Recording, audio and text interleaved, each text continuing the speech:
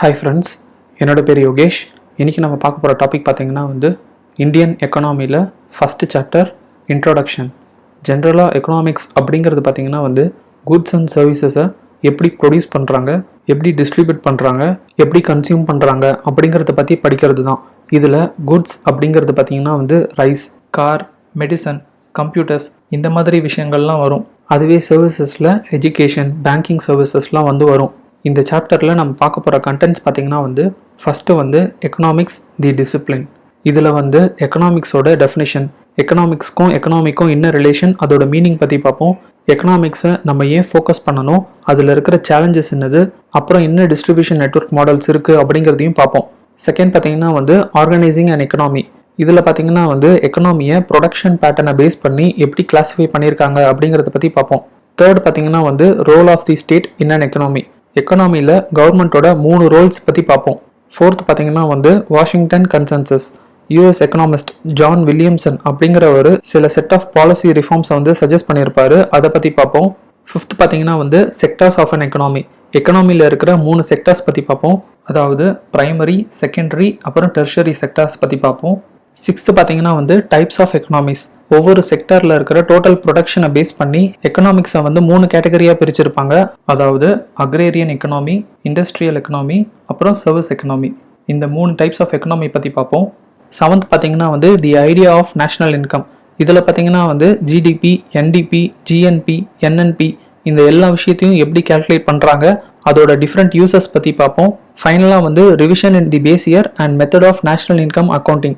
இதில் பார்த்தீங்கன்னா பேஸ் இயரை மாற்றினதை பற்றியும் ப்ளஸ் நேஷனல் அக்கௌண்ட்ஸை கேல்குலேட் பண்ணுற மெத்தடாலஜியை மாற்றினதை பற்றியும் பார்ப்போம். ஃபர்ஸ்ட் பார்த்தீங்கன்னா எக்கனாமிக்ஸ் தி டிசிப்ளின். எக்கனாமிக்ஸை பொறுத்த வரைக்கும் நிறைய எக்கனாமிஸ்ட் வேறு வேறு பெர்ஸ்பெக்டிவில் டெஃபினேஷன்ஸ் கொடுத்துருப்பாங்க. அதில் 2 டெஃபினேஷன்ஸ் உலகளவில் ஏற்கப்பட்டுச்சு. ஃபர்ஸ்ட் பார்த்தீங்கன்னா எக்கனாமிக்ஸுங்கிறது எப்படி பற்றாக்குறையோடு இருக்கிற ரிசோர்ஸஸை சொசைட்டியில் யூஸ் பண்ணிக்கிறாங்க, எப்படி வேல்யூபிளான பொருட்களை ப்ரொடியூஸ் பண்ணுறாங்க, அப்புறம் அதை எப்படி வேறு வேறு மக்கள் கிட்ட விநியோகிக்கிறாங்க அப்படிங்கிறத பற்றி படிக்கிறது தான் எக்கனாமிக்ஸ்ன்னு சொல்லியிருப்பாங்க. செகண்ட் பார்த்தீங்கன்னா எக்கனாமிக்ஸுங்கிறது எப்படி ஒரு சில நபர்கள், நிறுவனங்கள், அரசாங்கங்கள், அப்புறம் சொசைட்டிக்குள்ளே இருக்கிற மற்ற ஆர்கனைசேஷன்ஸ் எப்படி சாய்ஸஸ் மேக் பண்ணுறாங்க, அப்புறம் எப்படி வளங்களோட பற்றாக்குறையை பேஸ் பண்ணி சாய்ஸஸ் மேக் பண்ணி ப்ரையாரிட்டைஸ் பண்ணுறாங்க அப்படிங்கிறத பற்றி படிக்கிறது தான் எக்கனாமிக்ஸ்ன்னு சொல்லியிருப்பாங்க. அடுத்தது பார்த்தீங்கன்னா எ ஒர்க்கிங் டெஃபினிஷன். ஒரு லேமேனுக்கு புரிகிற மாதிரி சொல்லணும்னா எக்கனாமிக்ஸுங்கிறது என்னன்னு பார்த்தீங்கன்னா மனித இனத்தோட எக்கனாமிக் ஆக்டிவிட்டீஸை பற்றி படிக்கிறது தான் எக்கனாமிக்ஸ். எப்படி மனித இனத்தோட பொலிட்டிக்கல், சோஷியல், அட்மினிஸ்ட்ரேட்டிவ் ஆக்டிவிட்டீஸை பற்றி படிக்கிறத political science, sociology, public administration சொல்கிறோமோ அதே மாதிரி தான் மனித இனத்தோட எக்கனாமிக் ஆக்டிவிட்டீஸை பற்றி படிக்கிறது எக்கனாமிக்ஸ்ன்னு சொல்லுவாங்க. இந்த எக்கனாமிக் ஆக்டிவிட்டீஸில் என்னெல்லாம் வரும்னு பார்த்தீங்கன்னா லாபம், நஷ்டம், வாழ்வாதாரம், வேலைவாய்ப்பு, ஊதியம் இந்த மாதிரி பல விஷயம் வரும். அடுத்தது பார்த்தீங்கன்னா எக்கனாமிக்ஸ் அண்ட் தி எக்கனாமி. எக்கனாமிக்ஸ்க்கும் எக்கனாமிக்கும் இருக்கிற ரிலேஷன் என்னன்னா எக்கனாமிக்ஸுங்கிறது என்னன்னா மார்க்கெட், எம்ப்ளாய்மெண்ட் இந்த மாதிரி விஷயங்களை பற்றின தியரி, ஹியூமன் பீயிங்ஸோட எக்கனாமிக் பிஹேவியரை பற்றி படிக்கிறது. அதுவே சில பேர் எப்படி சொல்லியிருப்பாங்கன்னா கம்மியான ரிசோர்ஸஸை மக்களோட அளவற்ற தேவைக்கு எப்படி அலோகேட் பண்ணுறது அப்படிங்கிறத பற்றி சொல்கிறது தான் எக்கனாமிக்ஸ்ன்னு சொல்லியிருப்பாங்க. அதுவே எக்கனாமிங்கிறது என்னன்னா அந்த தியரிஸோட அப்ளிகேஷன் மூலமா கிடைக்கிற ரியல் பிக்சர். யூஸ்வலாக எக்கனாமியை ஸ்பெசிஃபிக் ரீஜியனோட எக்கனாமிஸை வச்சு சொல்லுவாங்க. Indian economy, Russian economy, French economy. அதுவே டெவலப்டு எக்கனாமிஸ்னா டெவலப்டு கண்ட்ரீஸோட எக்கனாமிஸை சொல்றாங்க. எக்கனாமிக்ஸோட எவல்யூஷன் பீரியட்ல எக்கனாமிஸ்ட் நிறைய தியரிஸ், அப்புறம் எக்கனாமிக் சேலஞ்சஸை சால்வ் பண்றதுக்கு நிறைய மெத்தட்ஸை சஜஸ்ட் பண்ணியிருப்பாங்க.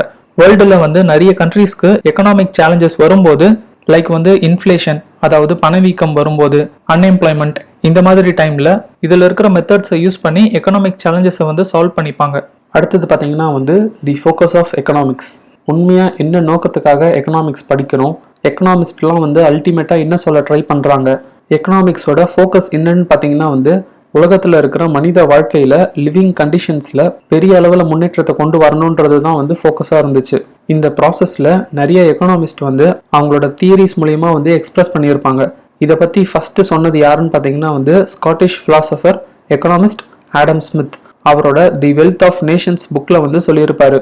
எக்கனாமிக்ஸ் அப்புறம் எக்கனாமிஸ்டோட காமனான கோல் என்னன்னு பார்த்தீங்கன்னா ஹியூமன் லைஃபை பெட்டர் ஆக்கிறதுக்கு என்னென்ன பாசிபிளான ஆல்டர்னேட்டிவ்ஸ், என்னென்ன பாசிபிளான ஆப்ஷன்ஸ் இருக்குன்னு சர்ச் பண்ணுறது தான் சொல்லியிருப்பாங்க. அடுத்தது பார்த்தீங்கன்னா வந்து சேலஞ்சஸ் ஆஃப் தி எக்கனாமிஸ். எக்கனாமியில் இருக்கிற மெயினான சேலஞ்ச் என்னன்னு பார்த்தீங்கன்னா வந்து எல்லா மக்களோட தேவையையும் வந்து ஃபுல்ஃபில் பண்ணணும். எல்லா மக்களுக்கும் அவங்க உயிர் வாழ்கிறதுக்கும் அவங்க நல்லா வாழ்கிறதுக்கும் தேவையான குட்ஸ் சர்வீசஸை வந்து சப்ளை பண்ணணும்னு சொல்லியிருப்பாங்க. இதில் கூட்ஸில் வந்து பேசிக்காக தேவைப்படுற உண்ண உணவு, உடுத்த உடை, தங்கறதுக்கு இடம், இதிலிருந்து ஆரம்பித்து ரெஃப்ரிஜரேட்டர், ஏசி, கார், மெடிசன், கம்ப்யூட்டர்ஸ்லாம் வந்து வரும். அதே மாதிரி சர்வீசஸ்லேயும் பார்த்தீங்கன்னா வந்து பேசிக்கான health care, drinking water supply, எஜுகேஷனில் ஆரம்பித்து சொஃபிஸ்டிகேட்டடான banking, insurance, airways, telephone, internet services வரைக்கும் வரும். எக்கனாமியில் வந்து 2 விதமான சேலஞ்சஸை வந்து ஃபேஸ் பண்ணுவாங்க. ஒன்று வந்து மக்களுக்கு தேவைப்படுற கூட்ஸ் அண்ட் சர்வீசஸை வந்து கிடைக்க வைக்கிறது. ரெண்டாவது கூட்ஸ் அண்ட் சர்வீசஸை ப்ராப்பராக சப்ளை பண்ணக்கூடிய நெட்வொர்க் மாடல்ஸ் வந்து இருக்கிறது. அடுத்தது பார்த்தீங்கன்னா வந்து distribution network models. Goods and சர்வீசஸை டிஸ்ட்ரிபியூட் பண்ணுறதுல 3 விதமான நெட்வொர்க் மாடல்ஸ் வந்து இருக்குது. ஃபர்ஸ்ட் பார்த்தீங்கன்னா வந்து ஸ்டேட் மோட் ஆஃப் டிஸ்ட்ரிபியூஷன். மக்களுக்கு தேவையான கூட்ஸ் அண்ட் சர்வீசஸை சப்ளை பண்ணுறதை வந்து மொத்தமாக கவர்மெண்ட்டே வந்து பார்த்துப்பாங்க. இங்கே வந்து கன்சியூமர் வாங்குறவங்க வந்து எந்த பேமெண்ட்டும் பண்ண வேண்டியதில்லை. எக்ஸாம்பிள் பார்த்தீங்கன்னா வந்து முன்னாடி இருந்த யூஎஸ்எஸ்ஆர், கம்யூனிஸ்ட் சைனாலாம் வந்து வரும். செகண்ட் பார்த்தீங்கன்னா வந்து மார்க்கெட் மோட் ஆஃப் டிஸ்ட்ரிபியூஷன். இது பார்த்தீங்கன்னா வந்து ப்ரைஸ் மெக்கானிசமை பேஸ் பண்ணி ஃபங்க்ஷன் ஆகும். கூட்ஸ் அண்ட் சர்வீசஸ் வந்து சப்ளை அண்ட் டிமாண்ட்ஸை பேஸ் பண்ணி தான் வந்து மார்க்கெட்டில் அவைலபிளாக இருக்கும். ப்ரைஸை வந்து ஓப்பன் மார்க்கெட்டில் தான் வந்து முடிவு பண்ணுவாங்க. இதுதான் பார்த்தீங்கன்னா வந்து கேபிட்டலிஸ்ட் எக்கனாமிஸோட டிஸ்ட்ரிபியூஷன் சிஸ்டம். தேர்டு பார்த்தீங்கன்னா வந்து state market mix mode of distribution. இதில் பார்த்தீங்கன்னா வந்து சில குட்ஸ் அண்ட் சர்வீசஸ் வந்து மக்களுக்கு ஃப்ரீயாக கொடுப்பாங்க. அப்புறம் சிலதை வந்து கவர்மெண்ட் வந்து சப்சிடியோட கொடுப்பாங்க. அப்புறம் சிலதை வந்து கன்சியூமர் வந்து பே பண்ணி வாங்கிக்கணும். அடுத்தது பார்த்தீங்கன்னா வந்து ஆர்கனைசிங் அண்ட் எக்கனாமி. அந்த டைமில் வந்து ஒரு கொஷின் எழுந்துச்சு. அதாவது குட்ஸ் அண்ட் சர்வீசஸ் ப்ரொடக்ஷனை வந்து கவர்மெண்ட் தான் பண்ணணுமா, இல்லைனா வந்து பிரைவேட் செக்டரும் பண்ணலாமா, இல்லைனா வந்து மிக்ஸ்டாக 2 பேருமே பண்ணலாமா அப்படிங்கிற கொஷின் எழுந்துச்சு. அப்போ ப்ரொடக்ஷன் பேட்டர்னை பேஸ் பண்ணி எக்கனாமியை ஆர்கனைஸ் பண்ணுறதுக்கு 3 எக்கனாமிக் சிஸ்டம் மாடல்ஸ் வந்து வந்துச்சு. ஃபர்ஸ்ட் பார்த்தீங்கன்னா வந்து கேபிட்டலிஸ்டிக் எக்கனாமி, ரெண்டாவது ஸ்டேட் எக்கனாமி, இதில் தான் வந்து சோஷியலிஸ்ட், கம்யூனிஸ்ட் எக்கனாமி வந்து வரும். தேர்டு வந்து மிக்ஸ்டு எக்கனாமி. ஃபர்ஸ்ட் பார்த்தீங்கன்னா வந்து கேபிட்டலிஸ்டிக் எக்கனாமி. இந்த ஃபார்ம் ஆஃப் எக்கனாமியை வந்து ஆடம் ஸ்மித் அப்படிங்கிறவரோட வெல்த் ஆஃப் நேஷன்ஸ் புக்கில் இருந்து ஆரிஜின் ஆச்சு. அவர் வந்து காமர்ஸ் அண்ட் இண்டஸ்ட்ரியில் கவர்மெண்ட்டோட கடுமையான கட்டுப்பாட்டுக்கு எதிராக குரல் கொடுத்தாரு. டிவிஷன் ஆஃப் லேபர், அப்புறம் கவர்மெண்ட்டோட தலையீடு வந்து இருக்கக்கூடாதுன்னு ஸ்ட்ரெஸ் பண்ணி சொல்லியிருப்பாரு. அப்புறம் மார்க்கெட் ஃபோர்ஸஸில் இன்விசிபிள் ஹேண்ட் கான்செப்டை பற்றி சொல்லியிருப்பாரு. அதாவது எக்கனாமியில் ஈக்குலிபிரியம் ஸ்டேட் கொண்டு வரதுக்கு மார்க்கெட்டில் காம்படிஷன் தேவைன்னு சொல்லியிருப்பாரு. கேபிட்டலிசமை வந்து வேற என்ன பேர்லலாம் கூப்பிட்டாங்கன்னா வந்து private enterprise system, free enterprise system, இல்லைனா வந்து மார்க்கெட் எக்கனாமின்னு கூப்பிட்டாங்க. இங்கே வந்து என்ன ப்ரொடியூஸ் பண்ணணும், எவ்வளோ ப்ரொடியூஸ் பண்ணணும், என்ன ப்ரைஸ்க்கு விற்கணும் அப்படிங்கிறதையும் வந்து மார்க்கெட்டில் இருக்கிற ப்ரைவேட் பிளேயர்ஸ் தான் வந்து முடிவு பண்ணுவாங்க. பட் ஆனால் வந்து ஸ்டேட், அதாவது கவர்மெண்ட்டோட ரோல் வந்து இதில் இருக்காது. செகண்ட் பார்த்தீங்கன்னா வந்து ஸ்டேட் எக்கனாமி.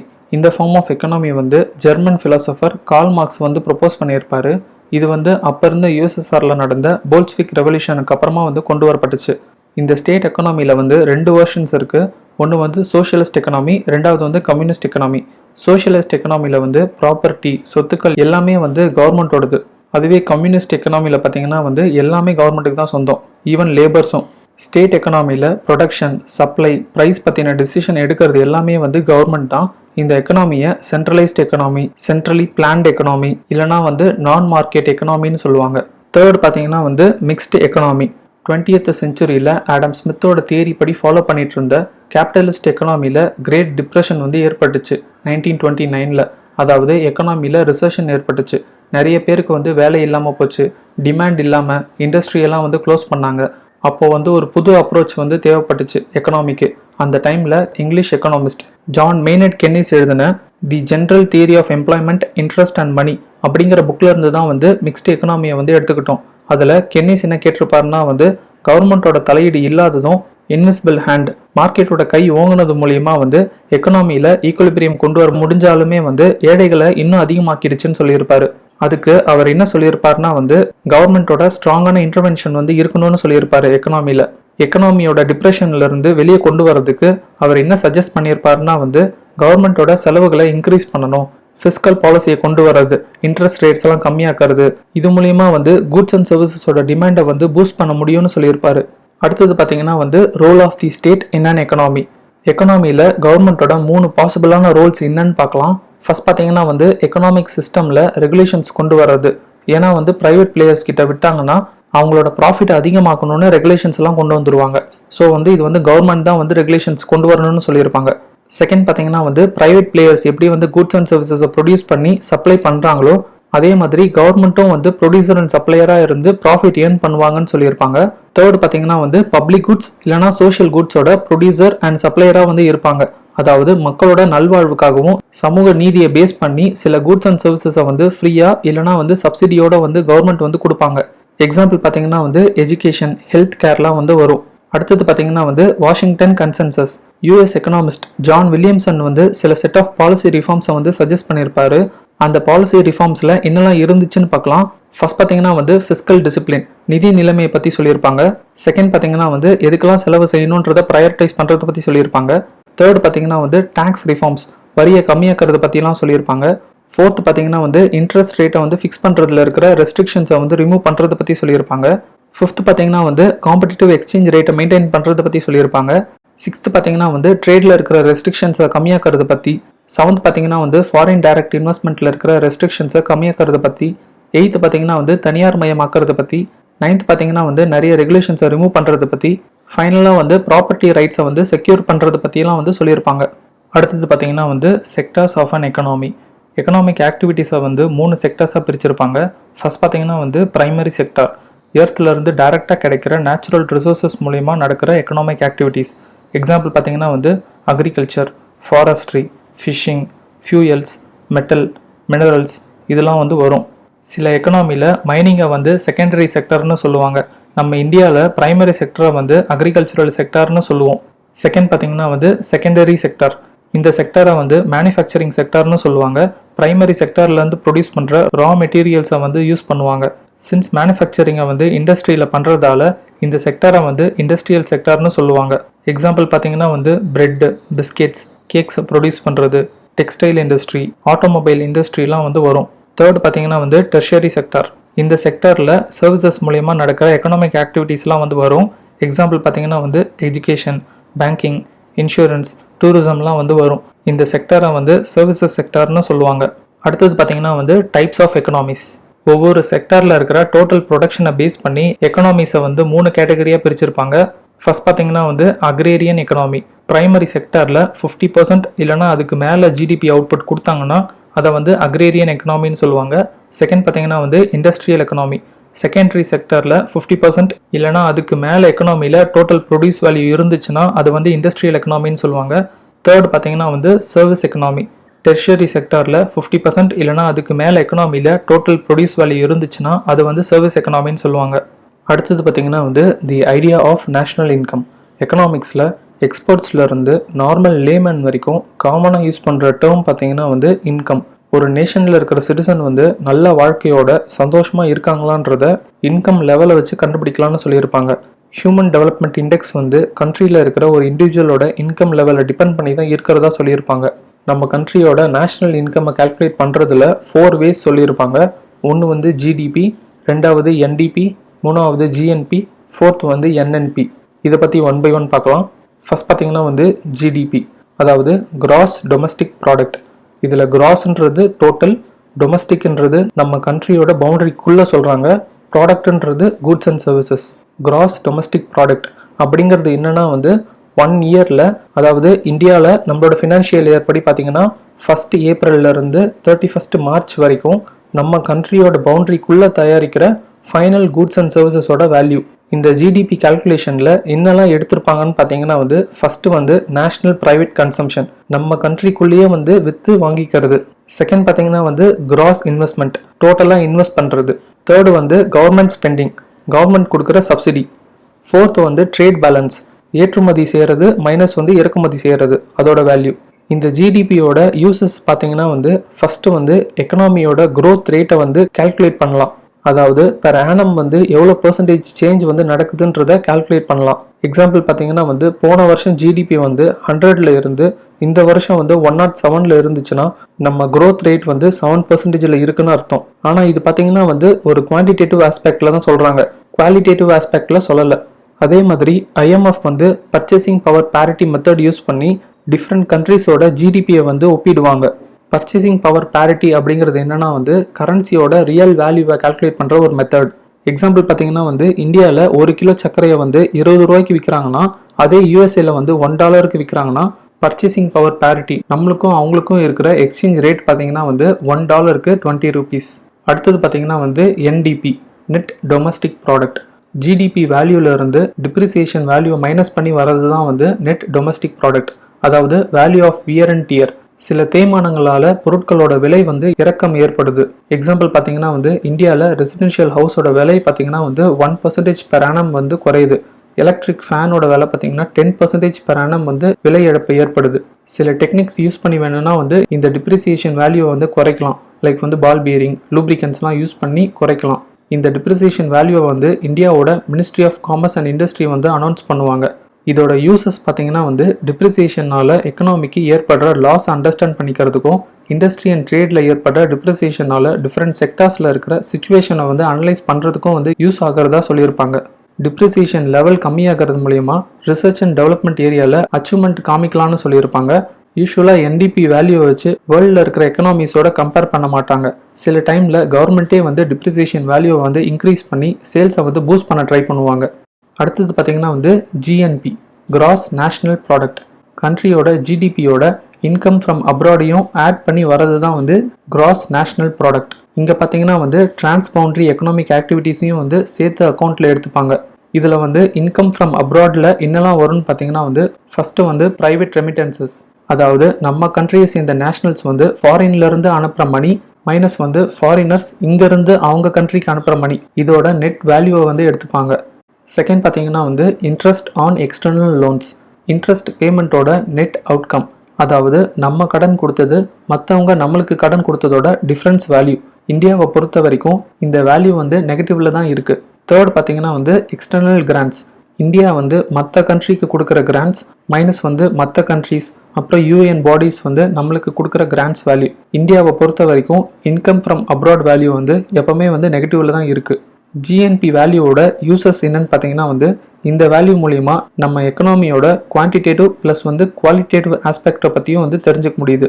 செகண்ட் பார்த்தீங்கன்னா வந்து நம்மளோட ப்ரொடக்ஷன் பேட்டர்னை பற்றியும் பிஹேவியர் பற்றியும் வந்து தெரிஞ்சுக்க முடியுது. எவ்வளோ வந்து நம்ம அவுட் சைட் வேர்ல்டோட ப்ராடக்ட்ஸை டிபெண்ட் பண்ணியிருக்கோம், இன்டர்நேஷ்னல் லெவலில் என்ன ஸ்டாண்டர்டில் இருக்கும், வேர்ல்டு எக்கனாமிக்ஸை பொறுத்த வரைக்கும் ஃபினான்ஷியல் சப்போர்ட் கொடுக்கறதுல வாங்குறதுல நம்ம என்ன பொசிஷனில் இருக்கோம் அப்படிங்கிறதெல்லாம் வந்து தெரிஞ்சுக்க முடியும். அடுத்தது பார்த்தீங்கன்னா வந்து NNP net national product. Gross national product வேல்யூல இருந்து டிப்ரிசியேஷன் மூலியமா ஏற்படுற லாஸை வந்து கம்மி பண்ணி வர்றது தான் வந்து net national product. Net national product equal to GNB minus depreciation. இல்லைனா வந்து NNP equal to GDP plus income from abroad minus வந்து டிப்ரிசியேஷன். இப்படியும் வந்து கால்குலேட் பண்ணலாம். என்என்பி வேல்யூவோட யூசஸ் என்னன்னு பார்த்தீங்கன்னா வந்து ஃபஸ்ட்டு வந்து இதுதான் வந்து எக்கனாமியோட நேஷ்னல் இன்கம், நம்ம நேஷனோட பியூரஸ்ட் ஃபார்ம் ஆஃப் இன்கம்னு சொல்லுவாங்க. செகண்ட் பார்த்தீங்கன்னா வந்து என்என்பி வேல்யூவை வந்து டோட்டல் பாப்புலேஷனோட டிவைட் பண்ணி வரது தான் வந்து பெர் கேபிட்டா இன்கம், அதாவது ஒரு வருஷத்தோட ஒரு பர்சனோட இன்கம். இதிலிருந்து பார்த்தீங்கன்னா வந்து நம்ம கண்ட்ரியோட டிப்ரிசியேஷன் ரேட் வந்து ஏறிச்சுன்னா பெர் கேபிட்டா இன்கம் வந்து கம்மியாகும். சென்ட்ரல் ஸ்டாட்டிஸ்டிக்ஸ் ஆஃபீஸ் வந்து நம்ம கண்ட்ரியோட நேஷனல் இன்கம்மை வந்து பேஸ் இயரை வச்சு தான் வந்து கால்குலேட் பண்ணுவாங்க. அடுத்தது பார்த்தீங்கன்னா வந்து cost and price of national income. National income calculate பண்ணுறதுல 2 விதமான காஸ்ட் அண்ட் ப்ரைஸஸ் வந்து இருக்குது. ஃபர்ஸ்ட் பார்த்தீங்கன்னா வந்து காஸ்ட் எக்கனாமியோட இன்கம், அதாவது டோட்டல் கூட்ஸ் அண்ட் சர்வீசஸை வந்து ப்ரொடியூஸ் பண்ணுறதோட வேல்யூவை வந்து ஒன்று ஃபேக்டர் காஸ்ட்டில் கால்குலேட் பண்ணுவாங்க, இல்லைனா வந்து மார்க்கெட் காஸ்ட்டில் கால்குலேட் பண்ணுவாங்க. ஃபேக்டர் காஸ்ட்னா என்னென்னு பார்த்தீங்கன்னா வந்து ஒரு பொருளை ப்ரொடியூஸ் பண்ணுறதுக்கு ஆகிற செலவு, raw materials, labour, power, rent எல்லாமே சேர்த்து ஆகிற செலவு. இதை வந்து ஃபேக்ட்ரி ப்ரைஸ் இல்லைனா வந்து ப்ரொடக்ஷன் காஸ்ட் ஆஃப் ப்ரைஸ்ன்னு சொல்லுவாங்க. அடுத்தது மார்க்கெட் காஸ்ட்னா என்னென்னா வந்து கூட்ஸ் அண்ட் சர்வீசஸை ப்ரொடியூஸ் பண்ணுற செலவு கூடவே வந்து இன்டைரக்ட் டேக்ஸையும் ஆட் பண்ணி மார்க்கெட்டில் விற்கிறப்போ இருக்கிற காஸ்ட்டு. ஜான் 2015 நம்ம நேஷ்னல் இன்கம்மை வந்து அஃபிஷியலாக மார்க்கெட் காஸ்ட்டில் வந்து கால்குலேட் பண்ண ஆரம்பித்தோம். செகண்ட் பார்த்திங்கன்னா வந்து ப்ரைஸ். இன்கம்மை வந்து 2 ப்ரைஸில் கால்குலேட் பண்ணுவாங்க. ஒன்று வந்து கான்ஸ்டன்ட் ப்ரைஸ், இன்னொன்று வந்து கரண்ட் ப்ரைஸ். கான்ஸ்டன்ட் ப்ரைஸ்னால் வந்து பேஸ் இயரில் இருந்த ப்ரைஸை வச்சு கால்குலேட் பண்ணுறது.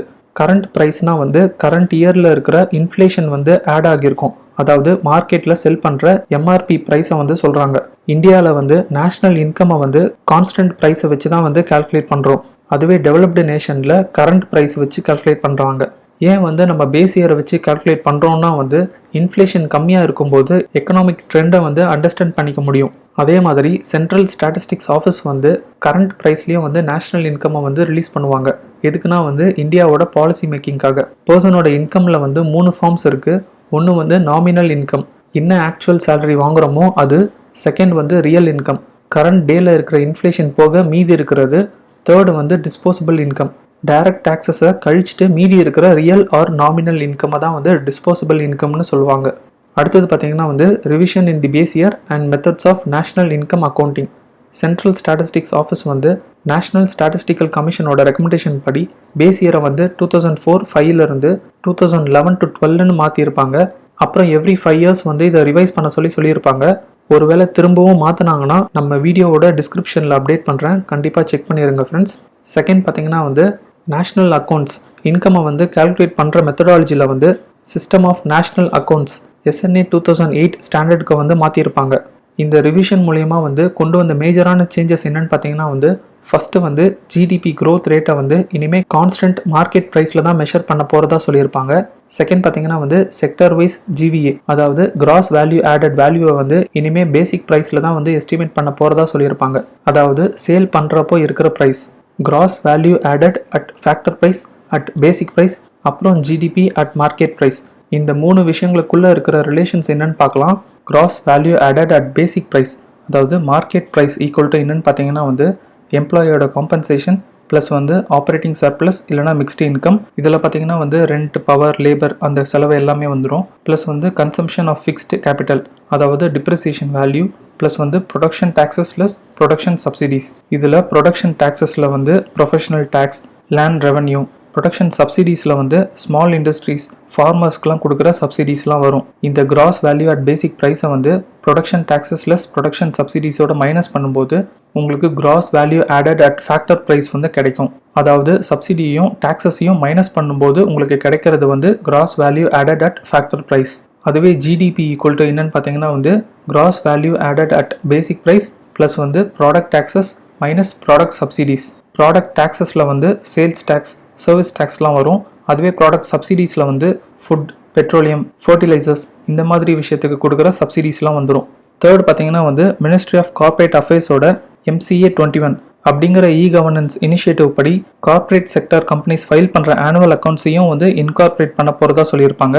அதே மாதிரி ஃபினான்ஷியல் செக்டரில் இருக்கிற stock brokers, stock exchanges, asset management companies, mutual funds, pension funds, அப்புறம் ரெகுலேட்டரி பாடிஸான செபி, PFRDA, IRDA இவங்களோட அக்கௌண்ட்ஸையும் வந்து இன்கார்பரேட் பண்ண போகிறதா சொல்லியிருப்பாங்க. ஃபைனலாக பார்த்தீங்கன்னா வந்து 13th ஃபினான்ஸ் கமிஷன் கைட்லைன்ஸ் படி லோக்கல் பாடிஸ், அட்டானமஸ் இன்ஸ்டிடியூஷன்ஸோட ஆக்டிவிட்டீஸையும் அக்கௌண்ட்ஸையும் வந்து இன்கார்பரேட் பண்ணியிருப்பாங்க. அவ்வளோதான் ஃப்ரெண்ட்ஸ். அடுத்த வீடியோவில் இந்தியன் எக்கனாமியில் second chapter growth, development and happiness பார்க்கலாம். தேங்க்யூ.